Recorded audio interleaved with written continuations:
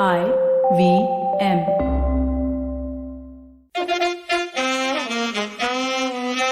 कृपया ध्यान दीजिए, the language used on the podcast may not be fit for consumption. We warn you, tread carefully. But listen yaar, don't be so conservative.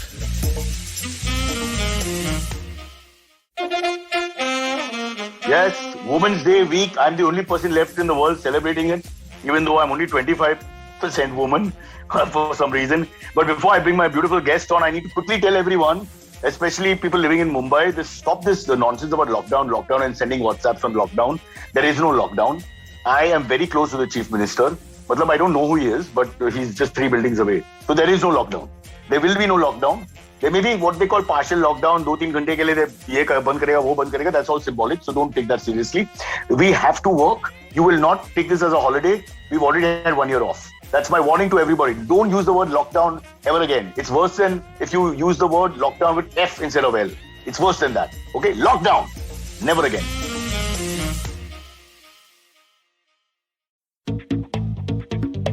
We live in an age of disruption, of immense change in every aspect of work, life, and business. But is the old way of doing things truly dead? And are we ever going to stop saying the new normal? Join me, Varun Dugirala, on Advertising is Dead every Tuesday as I talk to entrepreneurs, leaders, creators, and change makers from across business, media, marketing, and beyond to dig a little deeper into how we got here, what we're doing now, and where we're headed. You can catch all the episodes of Advertising is Dead on the IVM Podcast website, app, or wherever you get your podcast from. And now let's go to something more beautiful, something more talented, something which will help us feel more positive about ourselves. We have a lovely guest, Wajeeha Naqvi. I hope I've pronounced that correctly. Yes, you have. Wajeeha, but I presume you must be Punjabi, so you must be having a pet name like a Bobo or Lolo, which is easy for me. Well, I have my Instagram handle, which is Gulabo, and my grandfather used to call me that. Gulabo, and there are lots of Bollywood songs on that as well. Gulabo. It just sounds very, very romantic, and I'm feeling uncomfortable immediately. Your grandfather would not like it at all. It's one thing for him to say it to you, and then some idiot. And in the times we live in, where we are supposed to not be friends, so this is not going to anyone. Huh? This is very private. Yeah. The powers that be in the world. We thought Trump was the only problem. He lost the election, but everything has remained. Nothing has changed. By the way, गुलाबो जी आपके पीछे बहुत सुंदर painting तो है. Is it MF Hussain? MF Hussain painting? No, actually, this is my mother. But it's a horse. He was famous for horses. It is a horse. Yes, that's true. In fact, there's a Pakistani artist that's also known for Mashkoor Raza, who paints horses. This is painted on silk. And my mother studied fine art, so this is something that she's fond of doing in her spare time. Wow. See, we've already brought Indo-Pakistan ties better closer. Yeah. We have MF Hussain, you have Raza, both are painting horses. Yeah. Of course, let's warn people listening, don't go with your brush and paint a horse outside unnecessarily. They actually paint pictures of horses. You should be very clear about it. Some idiot in my part of the world will just take a paintbrush and go, oh, ghoda idhar aa. Don't do that. Do that to your neighbor and never mention lockdown. Before we start, I must warn you, I talk too much, so you please, anytime you want, jump in. But how is it there in Karachi in terms of this lockdowns here and all? I was telling Antakrish that there's no lockdown here. Like, what's the lockdown? We don't believe in lockdown. Lovely. Wow. Yeah, our Prime Minister kept saying smart lockdowns, but that basically meant no lockdowns. So we barely had them. Yeah. And we've still successfully beaten COVID compared to India. That's what I was also laughing about. Isn't that we didn't really do anything, but we were still managed to control it. So for our politicians, the yardstick is only, are you better than India or Pakistan? Nobody really cares about, as long as to bach gaya, to ho gaya. Our work is done. We have gone one above the neighbor. Exactly. At the risk of getting into trouble here, I must tell you that as a boy growing up, I was such a huge fan of Imran Khan. And I really hope that once he came on, everything, because he's just, that alpha male and the presence that he has, he's a superstar. There's no question about that. Yeah, so I was hoping that things would get better. Maybe they will.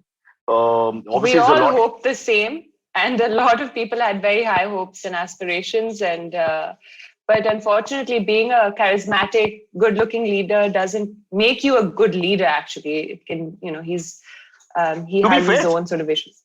To be fair, playing cricket is one thing because he could bat, he could bowl, he was one of the greatest skippers in the history of the game. But Pakistan or a country is not the same thing because there's just so many forces pulling you, pushing you. He can't just be dominant like he was in the cricket field. I think that's the big problem they all have when they come also, and I they think realize mistaking cricket for actually politics. It's not the same thing, right? So he probably thought, and that's another criticism, that he thinks that this is a game of cricket, but politics is far dirtier and far bigger sort of game. And, it's really sad. Not everybody can sort of take that on. And especially... You have to be cut of a certain fabric, I suppose. Yeah. And also subcontinental politics is another level of, intrigue and planning and, oh God, and propaganda and PR, internet work that our side of the border is very, very good at, for example. I wouldn't want your media, we have a lot to learn from you guys. Really? I don't know. Do we have a media? I think there's also a rumor that... Okay, let's not. Let's talk about the good things in the world, which is your art. But Cyrus, I'm so excited to be here talking to you because I was telling Antikrish that I cannot believe this is happening. I've kind of grown up watching your show, watching you on MTV. Not that, you're very old. Too late. But like... But I mean, there was a time in Pakistan where we would get a lot of Indian channels, so like Sony and MTV and ZTV. And I remember every day coming back, like from school, I would regularly watch. And so you are like one of our favorites. By the way, in Pakistan, you are so loved. And everyone used to watch your show, MTV Bakra, and it was so fond of it. And I thought you were the coolest like VJ ever. And in fact, defined how we think of VJ. So I really wanted to be able to say that. So for me, it's like a great sort of honor to be able to speak to you. I'm feeling anxiety now. Tarif mein tarif. This is so unnecessary. No, it's the truth. It's the truth. I mean, you were such an interesting and funny person to watch on television and very relatable. So I think for me, that's the reason why I wanted to be on this podcast, because I was like, I just want to laugh and chat with Cyrus. He's like such a cool guy. So great. So what you're saying is that if I get thrown out of the country, I can go straight to Karachi and I can start again. Absolutely. You have a huge fan following here. The cultures are so similar, it's not going to be that hard. Yeah? Not at all. Not at all. But I thought I gave away my age by mentioning Imran Khan growing up. Because Imran retired in 92 after the World Cup. So you can imagine that's my youth ends there. You can do the maths after that. I shouldn't have done that. That was stupid. Okay. I just want to quickly say, Wajiha, that Antariksh is his name, poor chap, our producer. But don't bother. Don't ever try to... don't try. Just call him Silvery. Good Punjabi boy. I'm so sorry. I did. Okay. Just call him Silvery. That's his pet name. Hence, I asked you about... Oh, you know how they say, he's Punjabi. Of course. Say like, pra. Pra, of course. You can just call him Pra. That's fine. Yeah. Pra. At the moment, his chest is such, he's wearing a pra. Yeah. That's me. Listen, we've spent too much information. Too much. We brought India-Pakistan together. Now we started sexism and... This is the fallout of our dialogues. We can either say the country or be politically incorrect. This is the only way out. I think me and you should be leading that dialogue for peace building. If you get 5 guys from Karachi and Mumbai to hang out, there'll be no problem. Or Lahore and Delhi, no problem. Yeah. It's such a joke actually that people don't understand how because I have roomed with a Pakistani kid in 1994. Okay. So I know just how easy going. I mean, you forget. You don't even realize we're from separate countries after 20 minutes. I mean, because we're not, right? We're literally the same people. We're from the same land. So, yeah, of course. Yeah, I mean... We speak the same language. We have the same history. We just crossed borders. And then eventually, generations, people became a country. You guys became Indians. We became Pakistanis. But essentially, we're the same people. So... and you kept the fast bowlers and we kept the batsmen, and that's how it's going at the moment. Okay, I won't start a cricket fight. I don't know much about cricket, so I won't be able to comment on that, but yeah. You'll have to... Sure, I'll believe you. That's one thing Now this is real treason. It's one thing to be pro-India or pro-Pakistan, but to not know cricket, both countries will ban you. You have to be very careful. That's true. Okay, listen, we have to talk about you. We're just talking about everything else, and suddenly the 45 minutes will be over.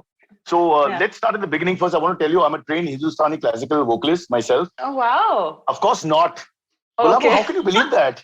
There's no way. I had a crush on a girl. You could have been. No, I had a crush on a girl in college who was a singer, trained singer.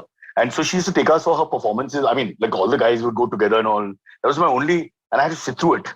And I must have really been in love. It was not easy. If you don't have a discerning ear and all that. Yeah. Okay, so let's start at the beginning. You were amongst the backing vocalists of Coke Studio 11 and amongst the leading singers in Coke Studio as the years went along. Your You're also a graduate of New York University with a focus on anthropology of music, which you'll explain to us, all big words, particularly in South Asia. And you're currently visiting faculty at, I can't pronounce that, Zabist. Zabist. No, I was. I'm not currently. I used to be. At Indus and Zabist, yes. They can't take action against us. We are in the subcontinent. हम कुछ भी कर सकते हैं यहाँ पे. कुछ भी कह भी सकते हैं. How many of us have not paid the scholarship fully and just come back? यार, जाने दो, हो गया. पढ़ाई तो हो गया. नहीं, पढ़ाई नहीं. मैंने पढ़ाया है यहाँ पे. I was teaching here. That's beautiful. You're teaching where? At these universities, the names that you're taking, at Zabist and Indus Valley, these are universities in Karachi. Oh, excellent. Okay.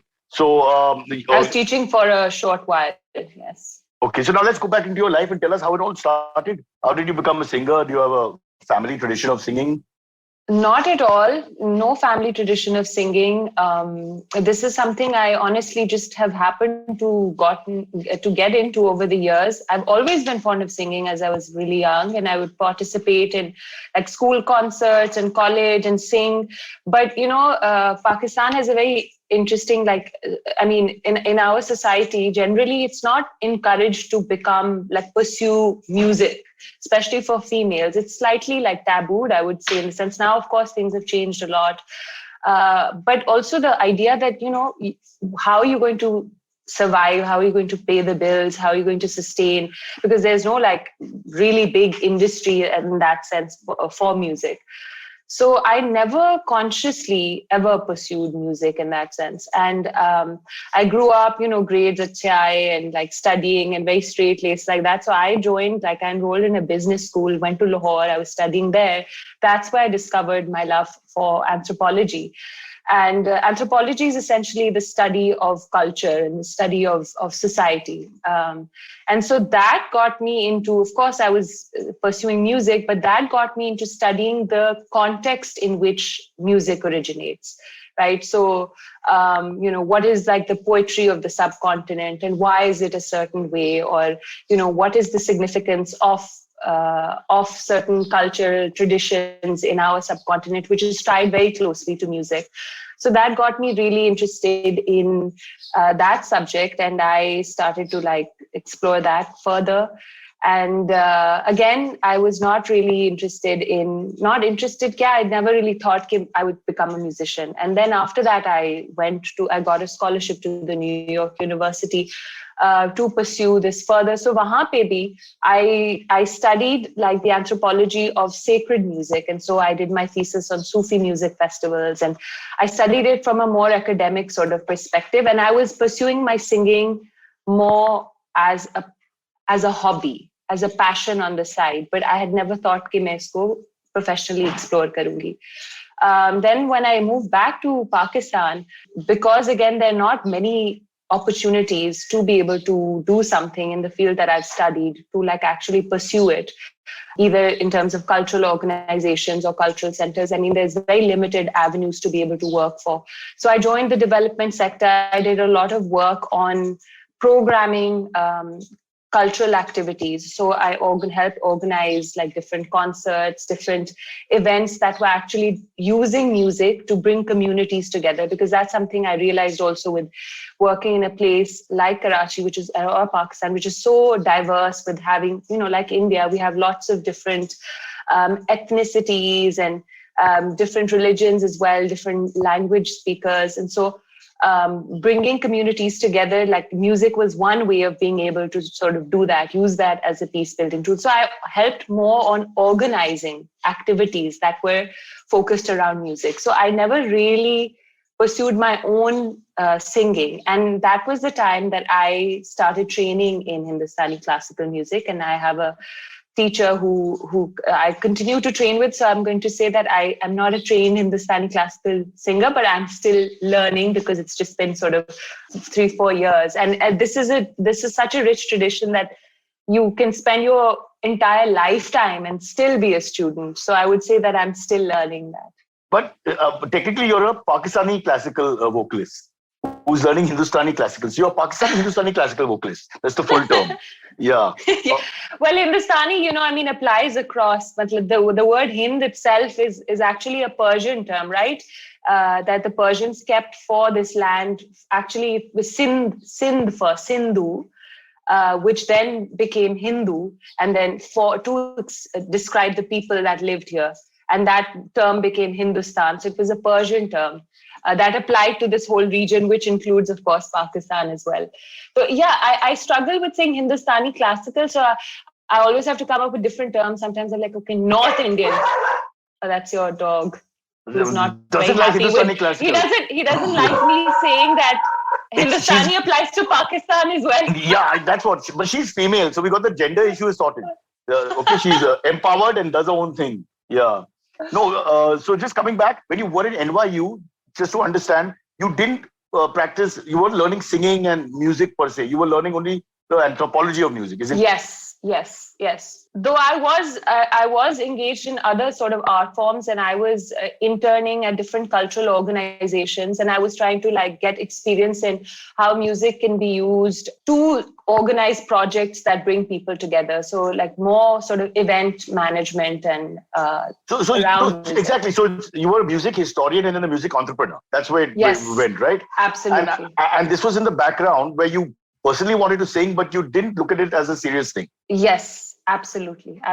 Okay. And so this was something that was always like on the side, and I would perform at concerts, and I would perform as an amateur, sort of in an amateur capacity, but I never said that I want to become a full-time, also because I didn't want to just be able to do that. I want to do all these things, and I think that like that's perhaps one of my strengths, is that I'm able to look at these different aspects. Music is, not just singing. Music is like a whole, it's a whole industry. There's so many parts, components involved with it, right? So songwriting is a different thing. Composition is a different thing. PR is a different thing. So these are all different skill sets that you need. And my interest was... Lifting music is a different thing. We do that also. We just take music from another culture, country, and quietly. Yeah. That's a great art, yeah. Then most of us have a lot of fun. T-Series is very good at doing that. They need to start giving courses. That's what I'm saying. And then the whole fun is trying to find, there's so many Hindi songs from the past where we grew up, 50s, 60s, 70s. They're Beatles songs, they turned out to be, there are songs. Yeah, absolutely. They're hit bands and they're less hit bands. And if you go and trace them, so much inspiration that I feel change the subcontinent to inspiration stan, in a sense. So, sorry, let's get back to, where did you get the courage to, you said you already were performing. So that means you were already trained, or you were just a good singer, naturally you were singing? I was naturally, I guess, in key, in tune. And so I... In the Karachi birthday parties, to save money, they would ask you to sing instead of getting... Yeah, family events, school concerts, small sort of private events that would happen. Junoon and Ali Haider and all those guys would charge too much, and then they'll say, "Arey, no problem, badiya to hai. He doesn't want money, he wants exposure." I can see some dirty guy is sitting there brokering all this. Yeah. Well, a few, thankfully not such bad sort of incidents, but yes, I did get to do a bit of that as well. And it was more like shaukiya jise kehte hain na, ki matlab, of course, ye actually to nahi karna, pursue. Then while I was doing a full-time job is when I was writing my own music. And so that is when I got sort of introduced to someone who was going to produce Coke Studio season 11. And I had met with him and I hung out with him. He's one of the producers for season 11. And so he had heard me. And then many years later, he sort of just called me and said, would you like to, audition as one of the backing vocalists? So I said, yeah, of course, I'd love to do that.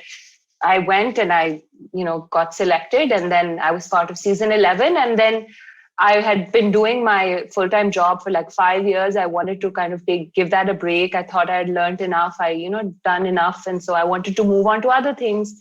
And so I kind of just left that, and things just started kind of happening on its own, to be honest.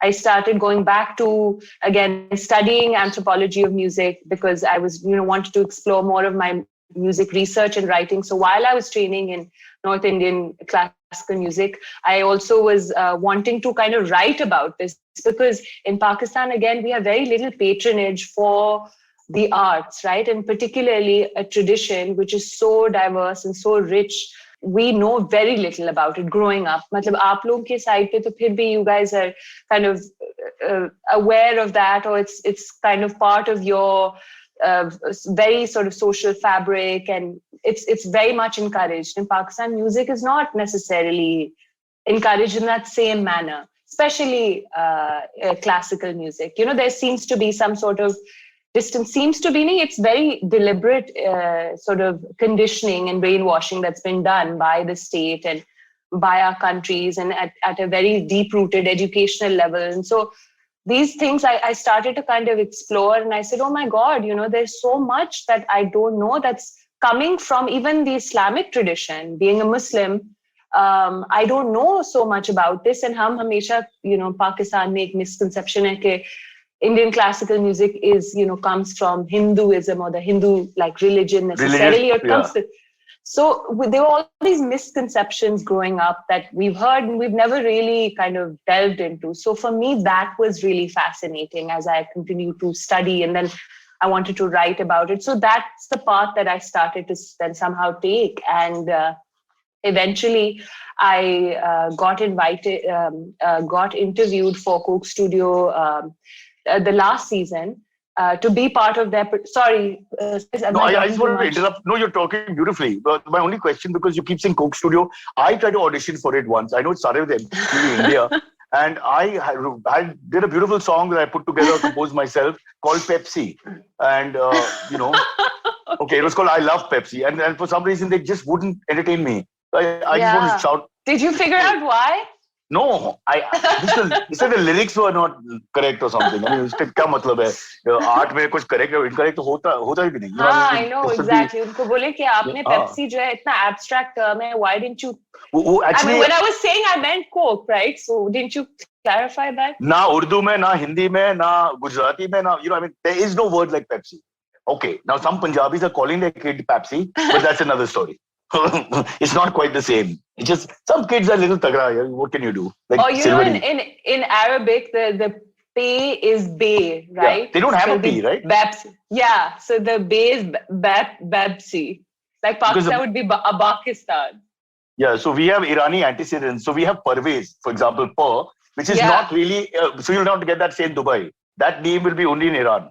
It's quite fascinating that we didn't know these kind of things. So like the V sound, V sound is very Persian, V, and Arabic is W. So my name is actually with the W sound, which is Wajiha. Wajiha. And in it's Wajiha, but Persians would say Vajihe.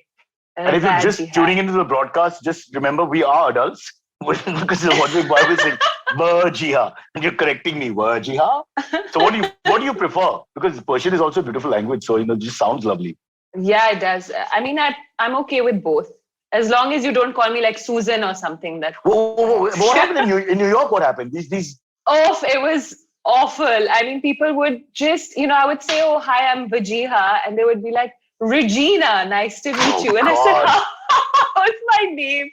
Sounding like Regina, but I got Regina a lot for some reason. But Western imperialism is best at names. They don't even try. After 2 minutes, they make up like a Regina, and that's it. I'm amazed at how quickly they give up and say, "Okay, we're going to re-christen the guy." Now your poor guy's name is whatever it is, and it's the Munawar. Regina forever. Yeah, whatever. It's just unbelievable. Yeah, I of course. But you wouldn't have that issue, I'm sure. That's because now Cyrus is a famous Persian name also. Cyrus the Great, but they don't know it from that because it's also in the Bible. It's also become like a universal name. The African American community keeps it a lot. So yeah, I was quite stunned to see Darius. We pronounce it like that, but it's Darius and Cyrus and all that. Yeah, but so those names are there, and you would hear someone calling someone, and I'd be like, it's not. These are Parsi or Persian names for us growing up. So I turn around and I see the 6'5" African American guy shout, "Hey Darius, come here!" I'm like, "Oh, okay." But it's good. It's good. So the name gets around. I'm happy. All right.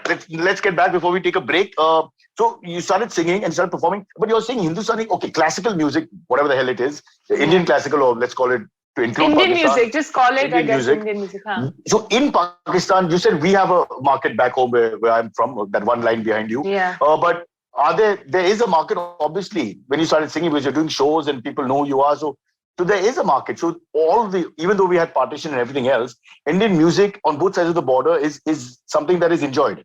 Of course, absolutely. This is something that's in our blood. It's in our daily rituals. It's in our culture. So we cannot get away from it, right? It's in our religion also to a certain extent, right? So a lot of your Sufi poetry and all is all kind of has been passed down musically through a lot of these oral traditions and a lot of what sort of music that happens at shrines. You don't call it music. Maybe that's not the term. It's a Western term, saying music, but it is sounds and it is there are melodies and compositions. So music to bhara hua hai hamari, I think, soul mein, sabke subcontinent mein. But I would say as an industry, as a very developed industry, in the sense that how you guys have also Bollywood in that sense, we don't have such a developed industry. And of course, Coke Studio has changed that. And there are a lot of corporate shows that happen. And suddenly there's been a rise of that. So that happened also as of like 2008. But even before that, it's not like a very developed sort of industry. There has been music, but it's not gotten that same sort of patronage, perhaps, that India gives to its music industry. And especially the classical tradition, which is like a very small niche within the music But space. even I'm sure in India, it's a small niche. Like I told you, went to my first Carnatic or Hindustani vocal performance, and not being used to it, it was, may I say, terrifying. And the girl was just so pretty. I withstood 1.5, 2 hours of that. But people around me, the discerning ears, the trained ears, I mean, they were in a spell. So, I mean, it was just like, I was at a German concert and I can't understand German or whatever. It was like that. But the rest really were enraptured. So I know that there is a proper market, and small or big, in both sides, obviously. Yes, of course. There is, definitely. But you haven't come here, right? I mean, with all these problems, I suppose not that easy. No, it isn't, but I'd love to. I mean, I'm hoping that COVID sort of subsides. I'll give you a number. And then I definitely. I'm giving you a number. Take it down. A.R. Rahman, personal friend. Just call him.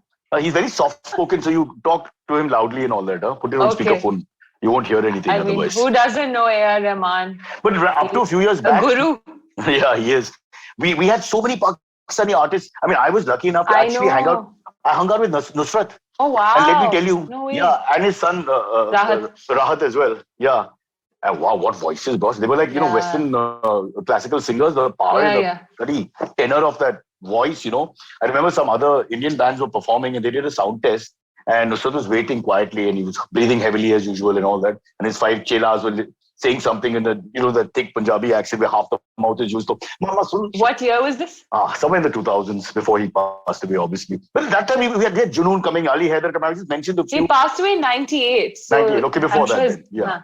But and then Rahat also came back and he's also got a powerful voice. So he sung a lot of songs for Bollywood also. Yeah, it was all really easy. Trust me, no one even thought India Pakistan. They were called by their names. And then the quality of the concert went up when you had a Nusrat or Rahat, and just went up like if they've come, like VIP.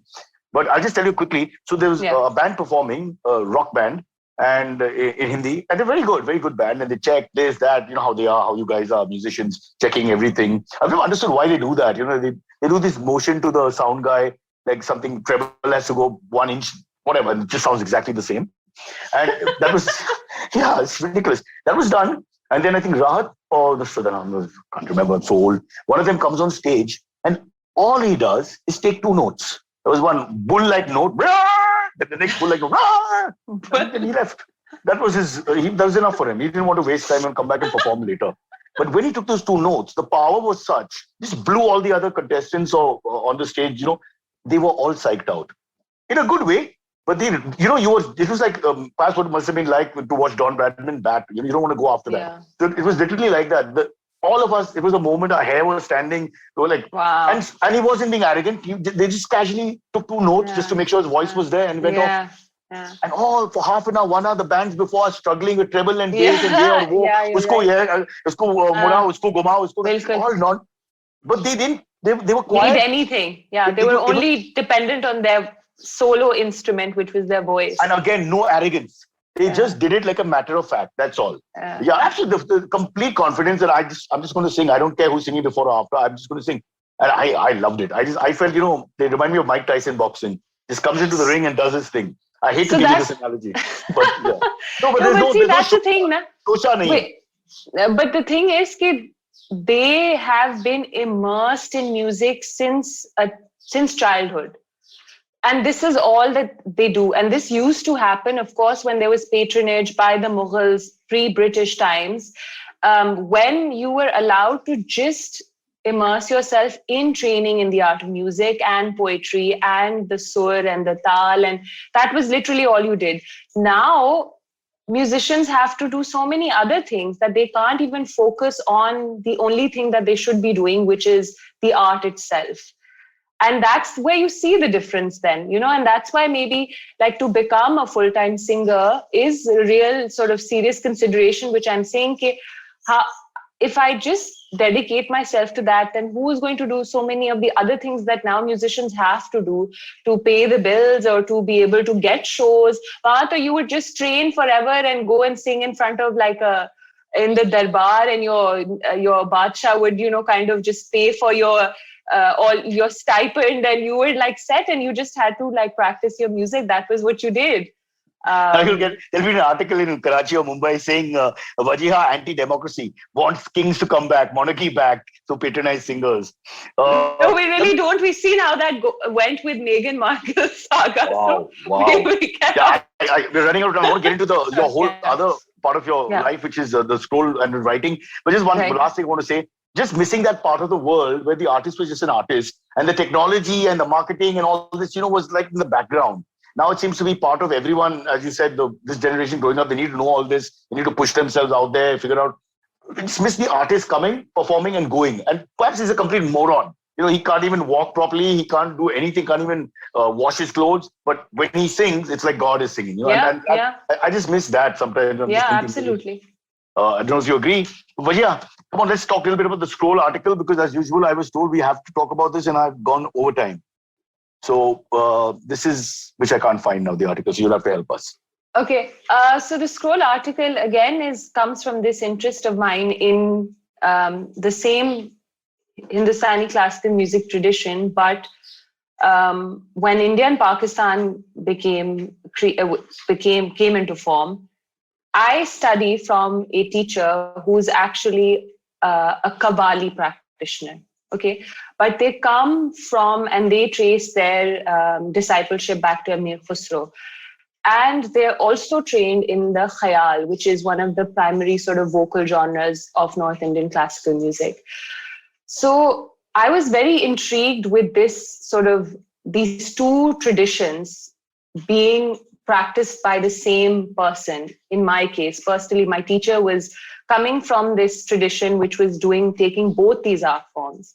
And so that got me to investigate. And I, kind of realized that it was just post-partition that somehow Qawwali became associated with the music of Pakistan and the khayal became associated with India. And for some reason, it's always been projected as separate forms of music, whereas the source of it comes from the same, right? So Qawwali music, for instance, I'm sure in India, and I've talked to a lot of musicians in India as well, who said that it's not given that same status. It's considered devotional music, Sufi music, semi-classical, or etc. But Qawwals were real practitioners of very high art forms of classical, which is the khayal. That's what they were trained in. So for me, this was something very interesting. And then I thought that I must write about this and play my part in sharing this perspective from the Pakistani side. And I think it applied to India as well. So Scroll sort of picked it up and also shared that. And I think I've gotten a lot of interest since then. And I've been noticing that this is something that's happened because we want to separate ourselves. And I said, we're the same people, but we need to find something to separate ourselves, right? So we create these things, these differences to make us like me Pakistani and you Indian. Varna actually koi cheez different nahi hai. But we have to create these differences. And so similarly, Qawwali and Khayal were created in that same manner by the state. And so radios also, All India Radio used to promote like certain type of songs. In Pakistan, Qawwali was projected during Zia-ul Haq, because it's devotional music. So a lot of religious sort of music was kind of promoted that way. But Qawwali has also a huge range of other forms of poetry as well.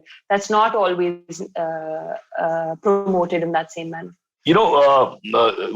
Vajia, you mentioned actually, I just want to quickly point this out. I think it's hilarious, really funny. It looks like we all have a perspective in the subcontinent, perhaps around the world. Either we want to bring people together or we want to separate them. So I think people like you and me, not to pat us on the back, we obviously want to bring people together because our first thing is that, music, art brings people together. You don't think of nationality, race, religion, all this nonsense. But there's also other people who want to just divide. So they literally do that. How can you take a music form and say, I'll take 20%, you take 20%? I mean, it's just actually hilarious. It is really funny. And it's the world's biggest idiot who's sitting there and doing that. I'm just literally, you take a play and I'll take one act, you take one act. It's like that. You can't do that. So and Cyrus, the interesting thing is that now these art forms are dependent on these distinctions, right? So the interesting thing is that this whole gharana system, which is another thing in Indian classical music, this never existed the pre-British times. But now each gharana says, no, we are the original ones. They all were the same. But now they have to emphasize on those differences to be able to stand out. So it's ironic that we're stuck also in that system itself that perpetuates. You're going to have a GPL, Gharana Premier League, like how you have Pakistan Super League and Indian Premier League. That's the next step. I think it's so easy to make people competitive and aggressive, and it's just so easy to just say, "Ye mera hai, wo aapka hai." I mean, what's the point of that? Let's not even get into it. I've given up. I've decided those who want love and peace, stay with us. Those who want war and death, please go ahead and do what you want. Because there's no point after. How can you even argue? You can't tell me that this music should be banned or. I mean, and now there's no excuse. I mean, with all these technology and internet and digital age, and COVID has actually somehow also brought people together across borders. Like I've connected with so many Indians because the digital world has opened up. So there's no excuse when people actually use these kinds of rhetoric, right? I mean, that means you're just unaware and ignorant, and there's no kind of excuse for people like that who just deliberately try to reinforce those kind of narratives. Yeah, I mean, the fact that one can't say you like a Pakistani fast bowler or Pakistani singer, or supposing I like your music if I'm an Indian. I mean, that all this is real comedy, which no one is able to see. That you can live in a world, call yourself democratic and democracy and egalitarian and all this, and you have to be careful. The biggest hypocrisy for me is I grew up loving a cricketer called Viv Richards, one of the greatest batsmen of all time. Yeah. And even if India was playing, if Viv is batting, I want him to beat India. It's like that. I will use my idol. But if I dare say Wasim Akram, who's my other idol, I mean, that's the politicizing of our world, which is stupid. Because cricket is a sport, it's like an art, and that's all it is. And the fact is actually bringing people together that I would like a Viv and a Wasim and the Indian team and Sri Lankan team or whatever, which you will never get from a guy who's trying to separate and tell you can only like Viv or Wasim or Sachin or whoever. So it's the same thing with music. I think let's give up now. The people don't deserve it. People are terrible. I like animals. Listen. I agree. You've spoken too much, so we have no time. I'm so sorry. But we have to take a break and bring Silvery on. The artist formerly known as Antariksh, but please call him Silvery. Silvery, thank you for reminding me to not say his name. Don't worry. Pra. Pra.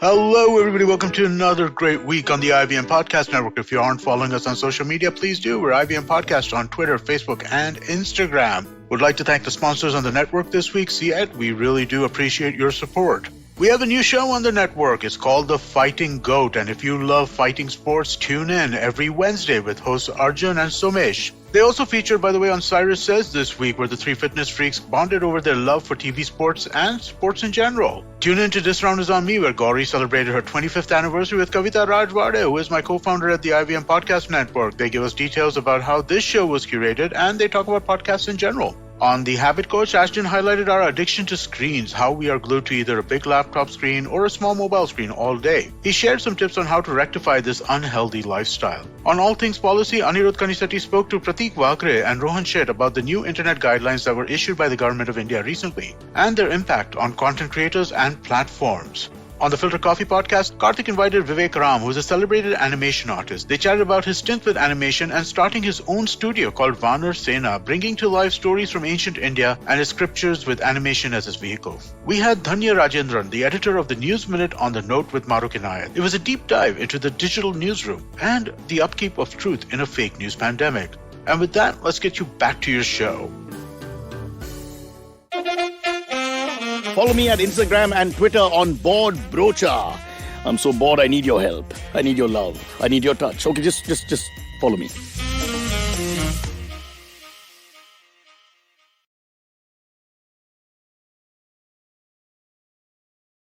Silvery Pa, aa jao. Break is over. Hello, Please sir. come on. Good morning. Hi. Sir, no. Hello. Say hi to ma'am first. Hi. Hello, ma'am. Yes. Hi, Vajia. You can't call her ma'am. Yeah, I know please I don't can't. call I'm me. not calling her ma'am. You're not a 4G kid now. This is over. But now I'm forever going to be known as Antakrish. I just know it. Like Oh everyone my in the God, chat I'm is so already. sorry that I No, it's misread. totally fine. You know, you make me sound like those Western people who mispronounce No. names. Actually, like made an active decision to like read your name and say it's Antariksha, and so I was like trying really hard to pronounce it properly. But I still ended that's up what I was trying to say. In Okay. this both Sindh and Punjabi communities, you all have pet names, so you can just get off with it. The reason is so that you don't go through this whole Antakrish moment. But to be fair, it happened 3 or 4 times. I'm so Yeah, sorry. I did. It was hilarious. I was hoping Cyrus wouldn't correct you the entire time, and you would just keep saying Antakrish. Yeah. Really funny. No, but he's been called worse. This is fine. Bolo, What? sir, Okay, sir, sure. please go on. All right. I really apologize. No, that's totally cool. Please don't. Yeah, Vajia, I want to talk about, you have a new collection of songs called Hijrat. Yeah, could you please, you've sang in like 5 different languages. I was supposed to talk about it, but my iPad went dead. I spoke too much. No, yeah, you spoke too much. My iPad went dead. So now he's sending me a phone and we're trying to research what we missed out. Yeah, sorry. So please go ahead. Yes, yeah. Yeah, so Hijrat is this musical compilation that I wanted to do celebrating the diverse heritage of South Asia. It's a collection of songs in 5 different languages. So it includes Persian, Bengali, Sindhi, Pashto, and Urdu. And in fact, there's also a bit of old Hindi as well. So that would make it 6 languages. And Hijrat means migration in Urdu. And so I wanted to kind of do this, document a lot of these songs. And these are folk songs. And so I've kind of covered them just to kind of show the rich like cultural landscape that we have. And also to show that, we're of course, within the South Asian region, we speak all these languages and we're the same, but we're also different and unique in our own ways. And all these songs are about the journey of love and of hope and belief. And I thought that this was something that we need in COVID times where we can't maybe physically travel and go and meet each other. And so I wanted to kind of, do this through the medium of music and through songs. And so this is something that will be released.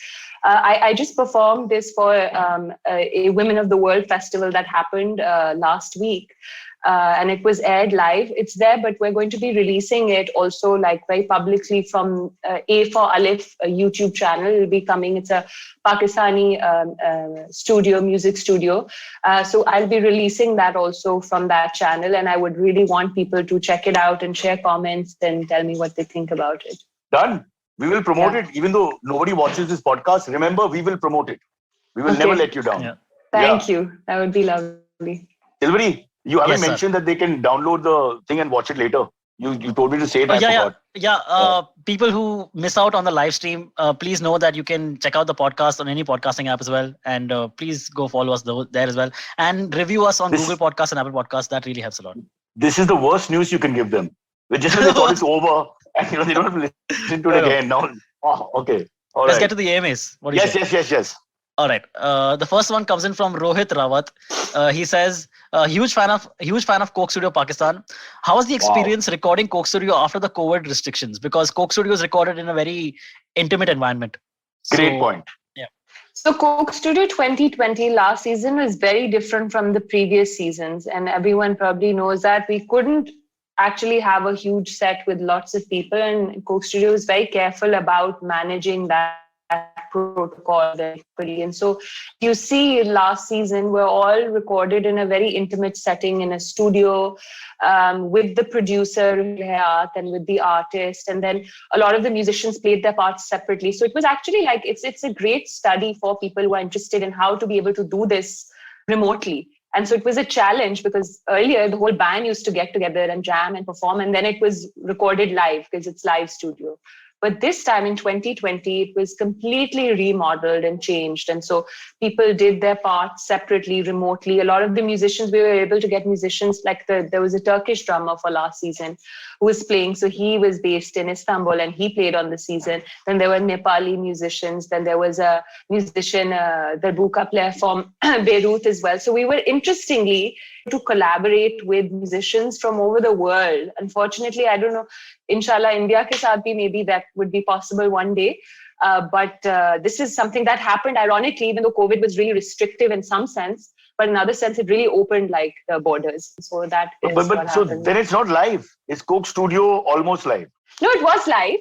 It was live in the studio in the sense that if you see, all the artists were singing live there. So the video that you see, they were hearing the tracks in their ears and they were singing live. Got it. Understood. Yeah. Silvery, hello. He's gone to sleep.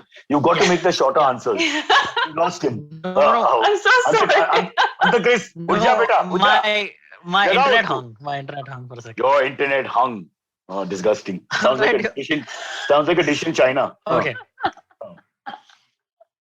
Go on. Hi, can you guys hear me? Okay. Yeah, hi. Yes. Yeah, we can hear. We're all right, laughing next at one. you, but you can carry on. I know. Yeah, okay, cool. Next one comes in from Siddharth Dabowale. He says, question to Wajiha. This is funny. How do you drive away students who are not related to or are not talented in music? And because you don't want to waste your time. Good question. So how do you not hurt them but still drive them away? Do you mean how do you discourage them? Yeah. The horrible talents. Come on, you must be meeting people who will say, "Mere beta ko sun ek baar," and the beta will start singing, and it's horrible. What do you do? So this is actually an interesting question. Yeah. Or how do you break it to people? This is an interesting question because I do believe, I don't think anyone is not talented. No, that's a Mother Teresa answer. No. That's a Miss No, it's not. It's not a Mother Teresa. I'll tell you why. No, I'll tell you why. It's not everybody, of course, can sing, right? But if they have a passion for singing, they can learn about the art itself, right? So then in that case, if they're that passionate, their passion, whatever, maybe if it's the research, maybe it's the history, maybe it's the technical knowledge, they would be able to focus that skill set rather than maybe that singing itself. So I would say that find your strength, not that everybody can sing, but if you do even learn singing, it's not like singing is just about the voice. It's about so many other things that accompany it as well, right? To be a good singer. Sometimes people engage in certain vocal techniques that help them become a good singer also, right? Some people have it naturally. Some people actually like train really hard to develop a sort of technique that they're able to use their voice also. So I do think that, or sometimes people have a strong enough brain that can make them do like really sort of miraculous things. So I'm saying that, you have to kind of find your very specific skill set. You really have to work hard on what is it that you are good at and that you're able to do and pursue that. And so it doesn't always have to be singing, but that's the thing. That's why I didn't only pursue singing. I don't think I'm like the best singer, for instance, but I know that I am able to get into other sides of poetry and of history and of understanding the art form. And so for me, that's something where I focused on. That's my strength also. So I think like that's just one way of looking at this. Is that still a Mother Teresa answer? No, it's fine, but you've changed the answer. I thought it was a Mother Teresa answer. You're actually saying in the music world, you have a place. You don't have to be a singer, but you have a place somewhere in the culture of music. Yes. So if the person is really interested, there's always a way that they can survive and float, is what you're saying. That's fine. That's not a Mother Teresa answer. I slap myself for saying that. Although Mother Teresa, a good lady, did a lot of good work. So I don't send letters, please. Mother Teresa has a very controversial history also, but we're not going to get into that. Oh my God. Let's not, please. We're not going to get into that. I can't handle controversy. Yeah, we can't break too many stereotypes today. Yeah, please, not today. Now, today we'll just sing, even if we can't sing. All right. Hold on. Silvery ji, aur kya hai? Yes, next one comes in from Anish Bharadwaj. This is interesting. He says, question to Wajiha, Cyrus and Silvery. Who is the one super famous musician who you feel is overrated? Oh, that's a hard question. There's so many. Now I'm going to play Mother Teresa. She's in the business, so it's a tough one to. Yeah. And as a living person, I presume, so it's a tough one to. I can't say anyone's overrated. Honestly, people decide who they want to hear. And so if they want to hear someone, I can't say this person is overrated. That person is famous because people want to hear him.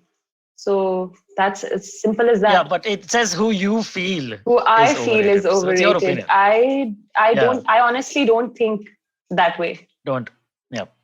Yeah. Okay.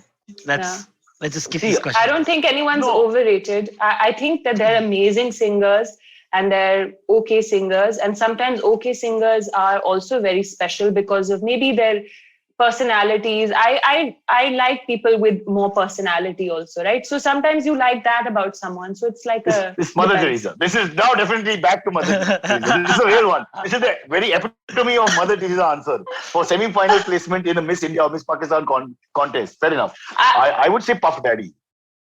I think Puff Daddy with the name change, and I just don't get rap music. Unfortunately, just don't get it. I've tried. So yeah. But that's a whole genre of music. That's a different genre. Yeah. So maybe Kanye West, maybe. Electro. Oh, yeah, that's true. That's more contemporary. Sorry, I'm an old man. We can take it to the West, I suppose. We don't have to talk about something. Let's take it to the West. Until you start performing in New York again, we're safe. Yeah. Or that Korean band that my daughter showed me who did a cover of Hey Jude. And they've sung, they're the only ones who come to the Beatles records in terms of 1 year sale. Oh, really? K-pop band. K-pop. It's a very famous meme. K-pop is a huge thing these days. But they played the song for me. My daughter's 14. She played the songs, whatever the famous songs and all that. Yeah. The sound, I couldn't get the sound. I couldn't get that. It was after 20 seconds. I was like, I know why North Korea was formed, to get away from music like this. It makes sense. Oh, yeah. Sorry. One more. Shall we do one more? I have to do a COVID test at 11. What is the time? 10:49. Okay. Tarun Kaushik asks, do you miss collaborations like Rahman / Wadali Brothers with Rahat Fateh Ali Khan / Abida Parveen or any other Indo-Pak collaborations? Do you think music / arts should be spared from the hostility between the two countries? Of course. I mean, this is just, there's no place for this kind of divide in the arts. You shouldn't. Listen to our podcast. Half the time we're discussing that only. Yeah. Absolutely. And in fact, by the way, I will say that in COVID, people have been trying to eliminate that barrier. So, there is a lot of attempts by people to bridge that gap. Thank God, when there's no actual physical geography, you can actually do it. Another irony about it, that you can be as we are doing now, but except you with a talented Indian person, that would be a different thing altogether. Because there are no rules so far. Suddenly they'll give us a rule, say you can't talk. Yeah, true. Then you'll have to appear with a mustache and a strange hair wig or whatever. We'll figure out a way even then. We'll find a way. That's what. We'll find a way. Yeah. And we have Gulabo. That is always your, alternate sort of ego thing. So we'll have that character ready. That alias is Gulabo. I'll just be creepy Indian Uncle Sharma. Mr. Sharma! And I'll come in. Growing up in Bollywood, we always have that creepy actor who has to be the molester. So I'll be that guy. He always does these strange things. Sorry to bring down the mood. Bolo, sir. All right. Kashin Shetty says, this is all eye-opening stuff. Thanks, Wajiha. He asks, do you have a favorite song that came out of Coke Studio that isn't by Atif Aslam? I guess there are a lot of Atif Aslam songs he's saying. Nice. A lot of favorites in Coke Studio. Pakistan, right? Coke Studio Pakistan. Even though I really like Coke Studio India as well. There is a track called Khabaram Rasida Imshab. It's a qawwali by Fareed Ayaz and Abu Muhammad. I love that track. It's from the earlier Coke Studio seasons. Ek Alif, that's another track, earlier Coke Studio season. I mean, I enjoy a lot of... season 6 is one of my favorite seasons from Coke Studio Pakistan. So all the tracks in season 6 are beautiful. Also, let me say, the Karachi National Stadium, the track is also quite good. They had played a test match just recently last month. So the Groove Mera, the anthem. No, I'm saying the track as in the pitch. Yeah, the pitch. See, I don't know anything about the music, so I just want to feel important. But I watched the South Africa-Pakistan test match on TV, so I was able to look at I thought both the wickets were very good. This is just for other people. Okay. Yeah. Back to... Did they sound nice when they fell? Yeah. Okay, you're giving the bully a bit of his medicine. Fair enough. I will take the beating quietly. I won't say anything. Yeah, they did. All right. Tarun asks another question. He says, in India, the leftists are just called out to go to Pakistan. Yeah. Does it happen in Pakistan as well? Lovely Do they say question. go to India? Lovely question. If you appear to be a little pro-Pakistan about something, they'll leave call the you country. leftist. Yeah. Does it happen in Pakistan as well? Do they Yeah, say in go to India? Pakistan, I suppose they would say that, and they will say that, you're not patriotic enough. And that's like the simplest thing to say, like really dumb thing to say, that if you're critical of the state, they'll say, oh, you're not patriotic enough, which is obviously ridiculous because you are concerned and that's why you raise your voice and you criticize the state. And that's something that everyone should do. I mean, we're not always here to kind of, say nice things about them because frankly, there's nothing nice to say. But is that the term used there? You're not patriotic enough? Because in India, it's you're anti-national. Yeah, that's what it is. That's absolutely what it is. In fact, there was just a march that was organized for Women's Day. It's called the Aurat March. It's a big deal in Pakistan or generally in the movement of women's rights. And, a lot of women or even men who support it are also kind of, considered to be from a liberal agenda or someone who are trying to take Pakistan away from its religious Islamic values, which is also something, again, Pakistan has to only be associated with Islam because we've created these differences in these two countries. So now we have to continue to carry that flag, right? I'm sure India maybe yehi hota hoga ki it's, just a state for instance, one particular religion, but that happens, I suppose, on both sides. So that term is used. Obviously, again, the secularism of those on the extreme right is wonderfully appreciated across the world. You can put them all together in a bag, because all their thinking is exactly the same, our way or no other way. Which is for me, the fundamental point of democracy is everybody's way, let's talk. That's what democracy means. But jisko jaisa, as we say in Hindi or Urdu, but jisko jaisa doesn't apply when you're suddenly so right that it's only your way. And that's fundamentally, what are we going to do? I say we all go to New Zealand. It's a lovely country. True. We can all live in peace, all subcontinent. True. There's no COVID there either. The cure for India, Pakistan, Bangladesh, you can throw in Sri Lanka also if you want. Put us together in a foreign country and we bond like birds. Yeah, I can't tell you how well we bond. Just put us in a riot. Yeah. Look, I can only imagine if we were there in person, like how crazy it would have been. Yeah, I mean, the smell would have got you after some time. But other than that, yes, it would have been fun. Yeah. Silvery, one last one. Yes. Bajia has a proper job and, works hard, not like you. Two last ones, sorry. Yeah. This one comes in from Amish Jha. He says, what does it take to reach and perform in a Coke Studio set? It has always been my dream to do so. Wow. What does that even mean? What does it take? Like how would he be able to do that? Does he mean the logistics? Logistic ki baat hai ya talent ki baat hai? Because there's two different points. Let's go logistics. Because talent, we know we need a certain bit of talent. Of course. I don't you need to be know. I just got lucky, man. And that's all I'm going to say. No, I think maybe there's a process. He wants to try. Is there a process like how you join? So there is a place to be able to send, I guess, maybe your demos or something. If there is, you try and reach out on the platform and send in your work if you have that. And India ke saath collaborate karna is going to be a challenge, but I don't think that there should be any harm. No, Gulabu ji, no. This is the wrong answer. Galat jawab. It's very simple. In our part of the world, you have to pick up the phone and call uncle. You have to have influence. Yes. That is definitely one of the ways to do it. Sirji ka naam kya hai? That's all he wants, so you can get in touch with him. Sirji ka naam? Bahut sare hai Sirjis. Qureshi Saab, just put a name out. You have to contact Qureshi Saab, and there are certain requirements in terms of what has to be given and taken and all that. But logistically, I guess you have to be noticed somehow. Like, make yourself go viral. Instagram. Like, make yourself go viral somehow. So people notice you, and hopefully even one of the producers would notice you and you'd be part of it. But technically, on Pakistan's Coke Studio, you can have non-Pakistani guests, right? As in the Turkish drummer. Yeah.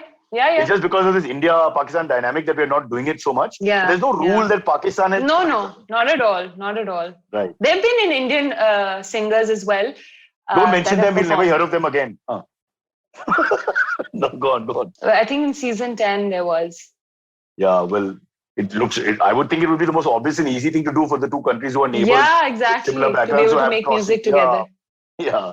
One day, Janab, one day. We'll wait for that day. Yes, one day. Yeah. We can meet in Kartarpur.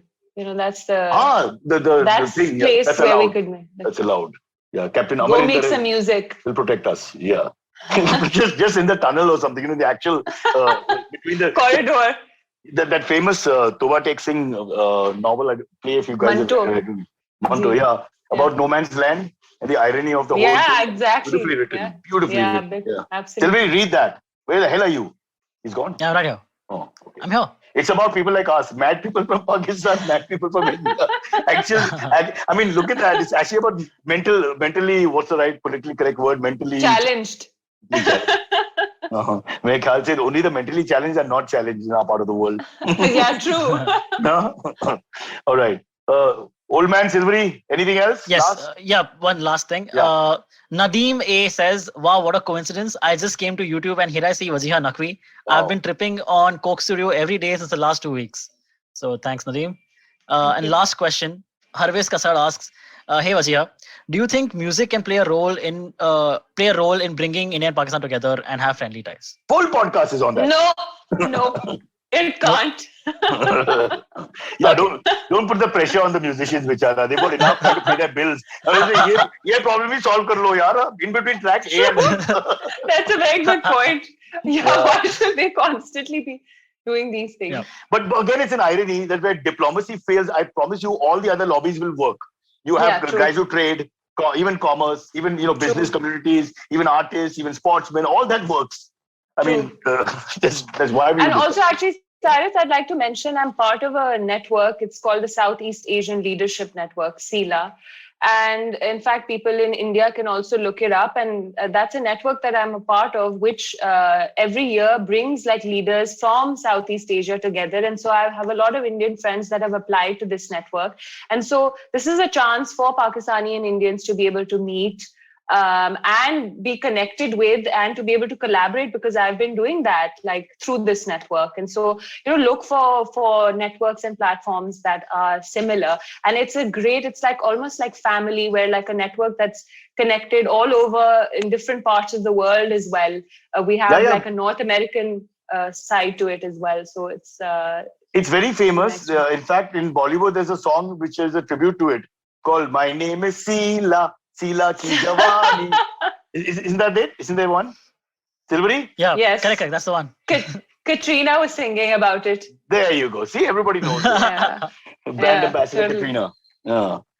All right. Listen, this has been a great pleasure. But yeah, I know I've been pulling your leg and you've been pulling mine. That's all good. But a lot of respect.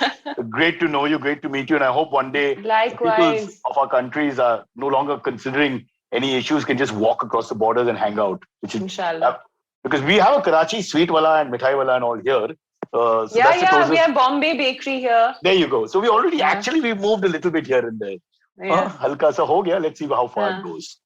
Anyway, have a great day. Thank you so much for having me, Cyrus. It's been such a pleasure and an honor. Like I said, I'm such a fan. I'll always be a fan. And thank you, Silvery. I'm not even going to attempt to mispronounce your name again. But what karma for you, Silvery? Aapka naam ke wajah se everything is connected. You get it? All the memories and stories are around you, either the Silvery or the Antariksh. All the stories, and I think that's special, that name of yours. No, I'm just waiting to see how many, by the end of the year, how many more nicknames out of Cyrus do I get. It'll be great to see. Yeah. All right. Okay. See you guys. Have a good day. Thank you so much. Thank you. Have a good day. Take care. Bye. Bye. Okay, catch us on any of the podcasting apps, please. We beg you, we need you. Send us your questions on Twitter on Cyrus Says In, or you can email us, even if you're not female, on whatcyrussays@gmail.com.